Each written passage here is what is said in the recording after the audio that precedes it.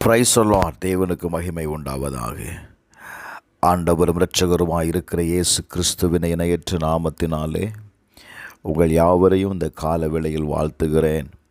இந்த நாளுக்கான கர்த்தருடைய வார்த்தை ஏசாயா எழுதின தீர்க்கதரிசன புஸ்தகம் 40வது அதிகாரம் 31வது வசனம்.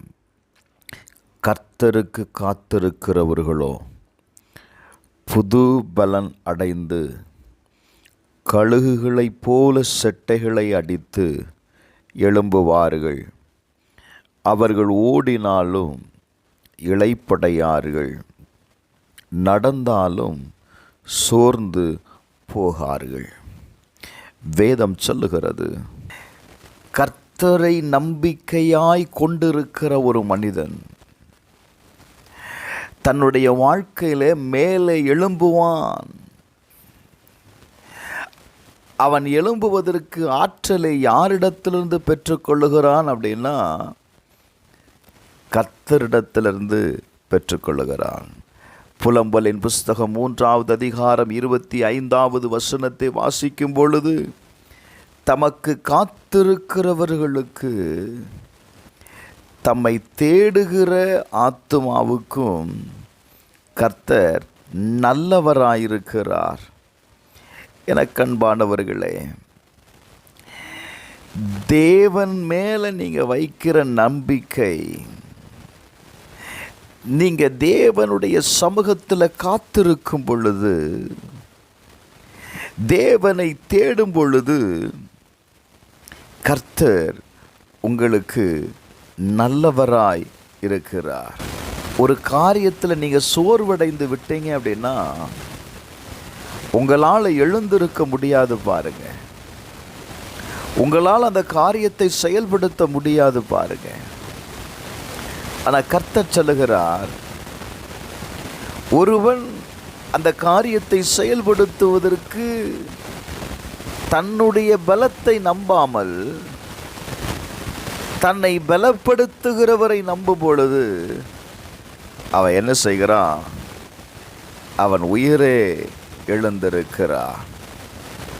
Glory to God. சங்கீதம் 37வது அதிகாரம் 34வது வசனத்தை வாசித்து பாருங்கள். நீ கர்த்தருக்கு காத்திரு. இன்னைக்கு நாம் தேவ சமூகத்தில் காத்திருக்கிறது இல்லை, ஜெபிப்பதற்கு நேரம் இல்லை என்று சொல்லுகிறோம். வேதம் சொல்லுகிறது, கர்த்தருடைய சமூகத்தில் காத்திருக்கிறவனுக்கு கர்த்தர் நல்லவராயிருக்கிறார். இரண்டாவது, நீ கர்த்தருக்கு காத்திரு, அவருடைய வழியை கைக்கொள்ளு, அப்பொழுது நீ பூமியை சுதந்திரித்துக் கொள்வதற்கு அவர் உன்னை உயர்த்துவார். ஹல்லேலூயா. என கண்பானவர்களே, ஏசாயா 30:18 வாசித்து பாருங்க. உங்களுக்கு இறங்கும்படி கர்த்தர் காத்திருப்பார், உங்கள் மேல மனதுருகும்படி அவர் எழுந்திருப்பார். வேதம் சொல்லுகிறது, கர்த்தர் நீதி செய்கிற தேவன், அவருக்கு காத்திருக்கிற அனைவரும் பாக்கியவான்கள். இந்த காலவேளையில் நீங்கள் எப்படிப்பட்ட சூழ்நிலையில் இருந்தாலும் சரி, தேவ சமூகத்தில் காத்திருங்க. நான் சொல்லுவேன், உங்களுடைய வாழ்க்கை புதுபலன் அடையும். உங்களுடைய சூழ்நிலைகளை கர்த்தர் மாற்றுவார்.